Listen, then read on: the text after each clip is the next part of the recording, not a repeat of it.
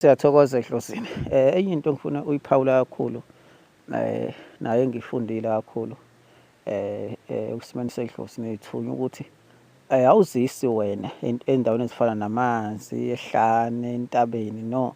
Awuzisi wena. Uma ngithi awuzisi wena, awuyi imoya yakho ingashongo, ingavezanga yacacisa ifuna uye emanzini and ifuna wenze kanjani, kufanele uphatheni wakhona, kufanele ukuphathe. Uma uya ehlane kufanele wenze kanjani, ngeziphi iy'khathi, ngoluphi usuku, yabona. So leyo nto usuke uziyela wena imoya yakho uma ingavezanga. Siyazi lezi ndawo ukuthi siyaphila kuzona, angithi siyakwazi lokho ukuthi le ndawo ziyaphilisa, sometimes uyaya ubuye ungcono, yabona, uqaqekile.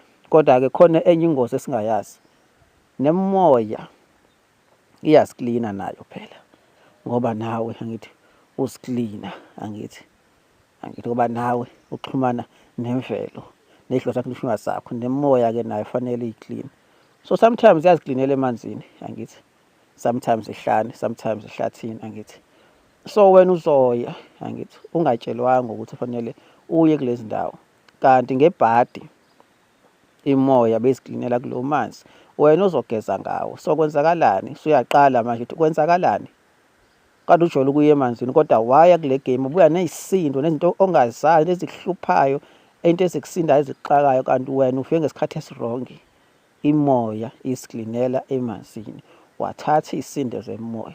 Ile nto kubalulekile ukuthi kube imoya yakho, imoya yakho iyakubona lokho ukuthi okay, ingathi akufanele iye kule y'nsuku namhlanje or kule sonto ngoba imoya isabhizi lapha. Uthola lezi sindo lezi imoya esuke ziklina.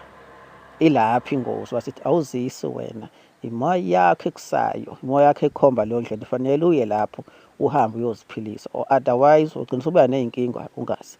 Ngiyabonga kakhulu.